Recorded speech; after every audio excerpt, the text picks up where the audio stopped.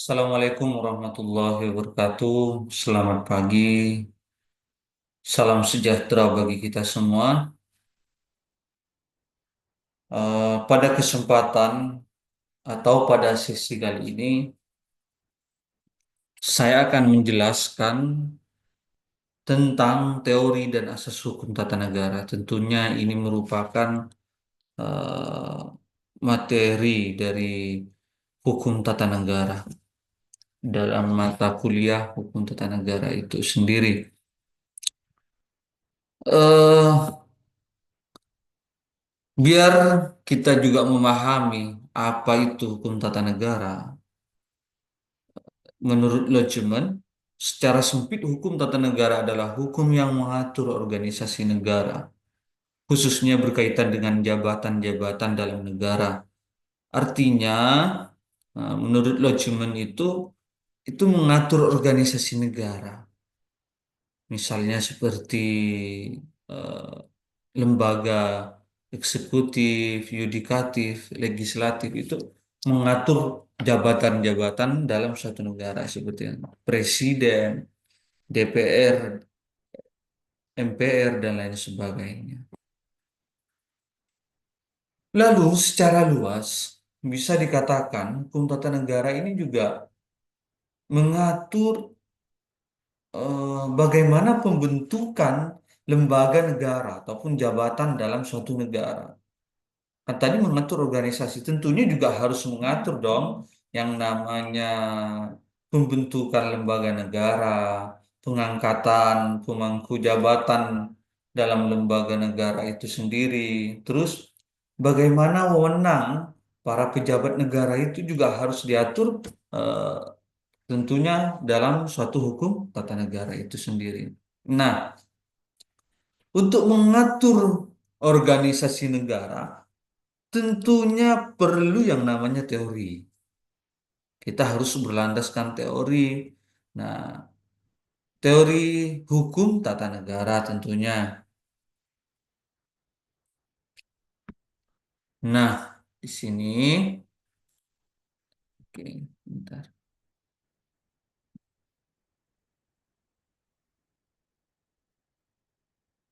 Apa sih itu teori hukum tata negara? Yaitu sekumpulan prinsip dan pemikiran ataupun ide gagasan yang menjelaskan bagaimana negara harus diatur. Artinya prinsip, hukum, terus norma ataupun aturan-aturan yang bagaimana caranya negara ini diatur atau dikelola. Itu apa namanya? Yang dinamakan teori hukum tata negara.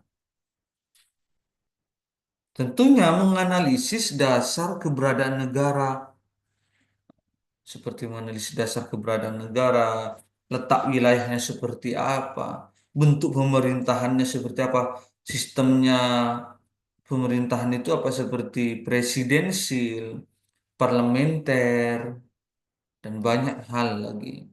Hingga pembagian kekuasaan seperti yang kita kenal, yang sering kita kenal yaitu tres politika punyanya Montesquieu itu. Nah, itu. Jadi itu merupakan suatu kumpulan teori-teori dalam hukum tata negara.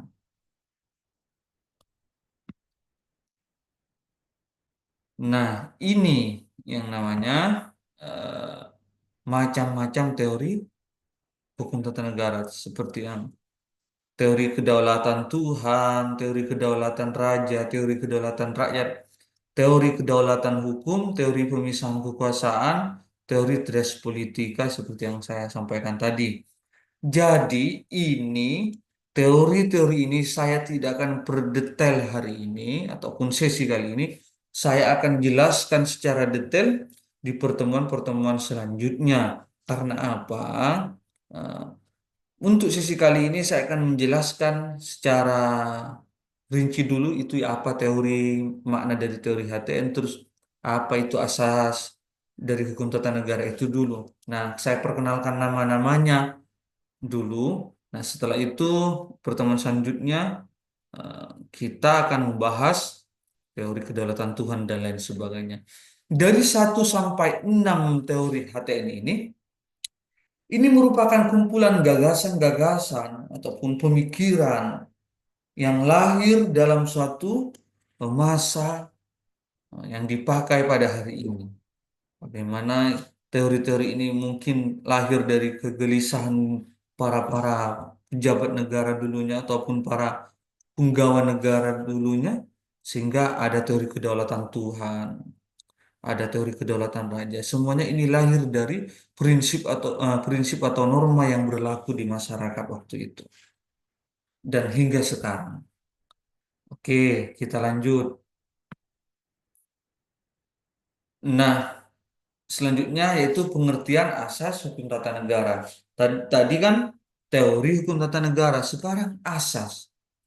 Apa sih itu asas? Asas ini norma dasar. Kalau kita memahami punyanya Hans Kelsen itu asas tertinggi ataupun norma dasar itu kalau punyanya Hans Kelsen itu Grundnorm. Nah, kalau negara kita Grundnorm negara negara kita menurut pendapatnya Hans Kelsen, lalu kita terjemahkan ke negara kita yaitu Pancasila, yaitu norma dasar. Itu asas. Artinya norma yang lahir eh, dari masyarakat itu sendiri. Itu norma dasar. Nah, di sini apa itu asas hukum tata negara? Norma dasar yang menjadi landasan dalam membentuk, menyelenggarakan, dan menilai hukum tata negara.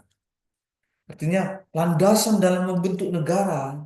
Kenapa bentuknya republik, kenapa bentuknya monarki, dan lain sebagainya. Itu merupakan norma dasar ataupun prinsip dasar. Bukan prinsip sih, tapi hukum dasar, norma yang berlaku di masyarakat itu sendiri, sehingga menjadi landasan dalam membentuk, menyelenggarakan, dan gampangnya negara ataupun kelompok ini mau dibawa kemana. Itu lebih detailnya ataupun lebih cocok, sehingga mempunyai pedoman nantinya. Asas ini menjadi pedoman dalam penyelenggaraan pengelolaan negara itu sendiri. Bisa dipahami ya, semoga bisa dipahami. Nah, betul, menjadi pedoman dalam praktek ketatanegaraan. Artinya ketika negara eh, tidak namanya tidak sesuai dengan asas itu sendiri, berarti menyalahi dari asas-asas yang sudah berlaku yang menjadi landasan dalam membentuk, pengelola dan juga mengelola negara itu sendiri. Oke, ini contohnya, contoh asas dalam hukum tata negara: asas supremasi konstitusi, asas kedaulatan rakyat, asas legalitas, asas pemisahan kekuasaan, asas check and balance ini yang dipakai di negara kita, yaitu pemisahan kekuasaan. Terus asas negara hukum, pemisahan kekuasaan, ada yang menyebutkan yang tres politika itu tadi, tapi nantilah kita akan bahas ya. Asas negara hukum ya Restat. Restat ini sering dipakai oleh negara yang menganut Eropa kontinental. Ada negara yang menganut Eropa kontinental dan negara yang menganut Anglo-Saxon. Nanti kita bahas tuntas semuanya. 7. Asas demokrasi. 8. Asas otonomi daerah. Nah, kedelapan ini adalah contoh dalam asas hukum tata negara, yang merupakan sebuah landasan bagaimana negara itu dibentuk dan juga bagaimana negara itu dikelola. Ini contohnya asisten. Nah, ini semua saya akan terangkan juga pada sesi-sesi pertemuan yang selanjutnya. Oke, kita lanjut. Nah, setelah kita memahami teori dan asas hukum tata negara, lalu kita mungkin akan berpikir perannya terhadap negara itu sendiri. Yang pertama, memberikan kerangka pemikiran dalam penyusunan Undang-Undang Dasar. Tentu karena apa? Berlandaskan teori, berdasarkan teori dan asas yang berlaku dalam negara tersebut, tentunya ini akan mempengaruhi pemikiran dalam penyusunan peraturan dan dalam Undang-Undang Dasar kalau di negara kita. dalam sangat mempengaruhi. Nah, kalau tanpa adanya teori dan asas hukum tata negara, sangat sulit kita dalam membentuk peraturan-peraturan ataupun menyusun peraturan dalam negara itu.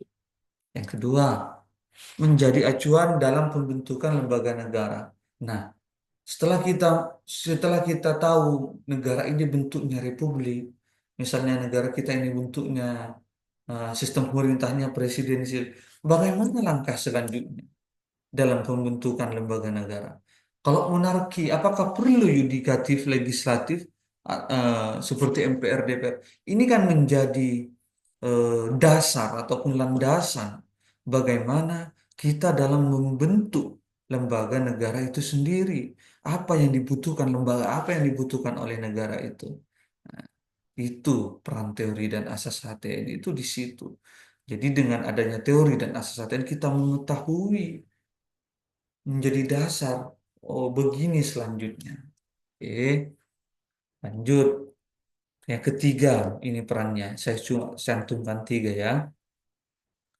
Menjamin sistem ketatanegaraan berjalan konstitusional. Tentu ketika dalam penyusunan undang-undangnya ataupun aturannya sudah benar, dan juga dalam pembentukan pejabatnya, lembaga negaranya, dan juga dalam pengangkatan pejabat-pejabatnya sudah benar, maka kemungkinan itu terjadi yang namanya ketatanegaraan berjalan secara konstitusional, artinya tidak melanggar hukum yang berlaku. Itu sudah pasti. Nah, semoga negara kita di Indonesia juga bisa menjadi negara yang sistem ketatanegaraan berjalan secara konstitusional.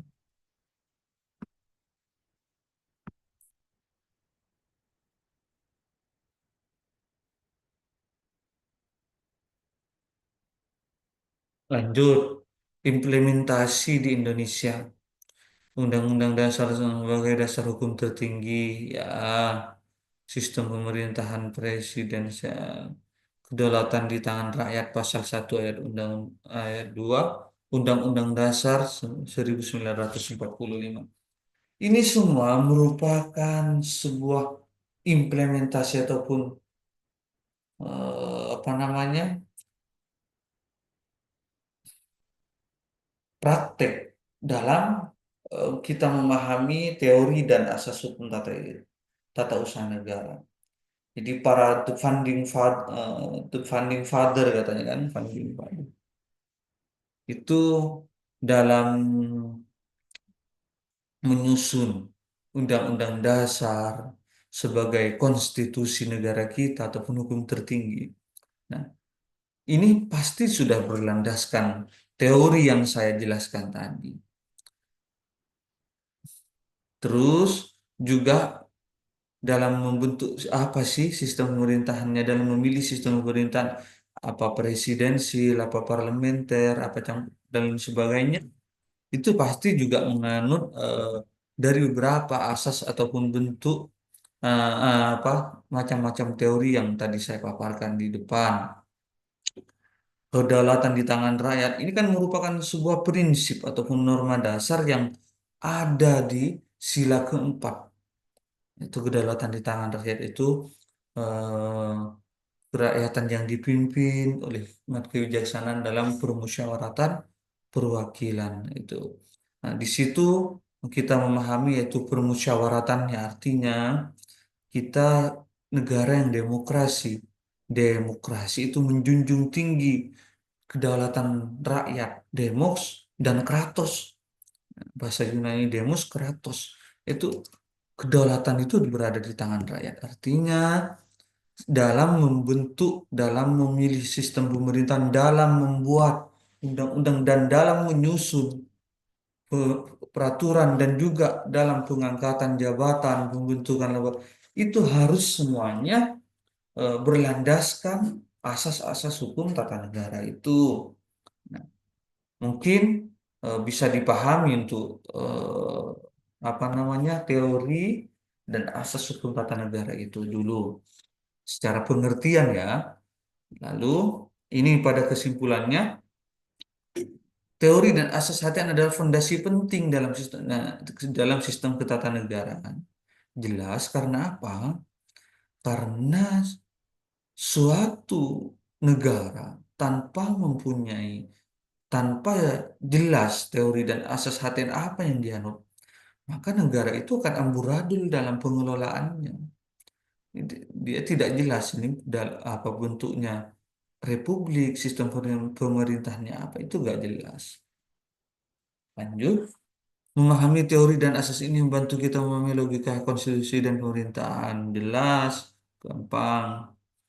Diperlukan konsistensi antara teori, asas, dan praktik. Ini yang diperlukan hari ini di negara kita. Harus konsisten terhadap undang-undang yang dibuat. Antara teori, asas, dan praktik. Jadi teori, asas ini menjadi dasar semuanya, menjadi acuan dalam pengelolaan negara itu sendiri. Harus benar-benar dipraktikkan, bukan hanya dipampang menjadi asas ataupun teori. Benar-benar dipraktikkan, diimplementasikan seharusnya. Agar yang namanya good government itu, ataupun negara yang baik itu, negara yang pemerintahan yang bagus itu benar-benar terjadi. Mungkin itu saja dulu. Untuk selanjutnya kita akan membahas bagaimana teori dan juga asas hukum tata negara secara macam-macamnya, jenis-jenisnya, terus itu ya, apabila mau ditanyakan ini nomor dan juga email saya yang bisa dihubungi selanjutnya. Terima kasih. Mungkin itu saja dulu untuk sesi pada kali ini. Salam sejahtera, salam sehat semuanya, salam intelektual. Apabila ada yang mau ditanyakan, silakan komen di bawah ini. Juga tulis di komentar ya. Juga jangan lupa subscribe, like, dan komen. Oke. Terima kasih. Mungkin itu saja. Assalamualaikum warahmatullahi wabarakatuh.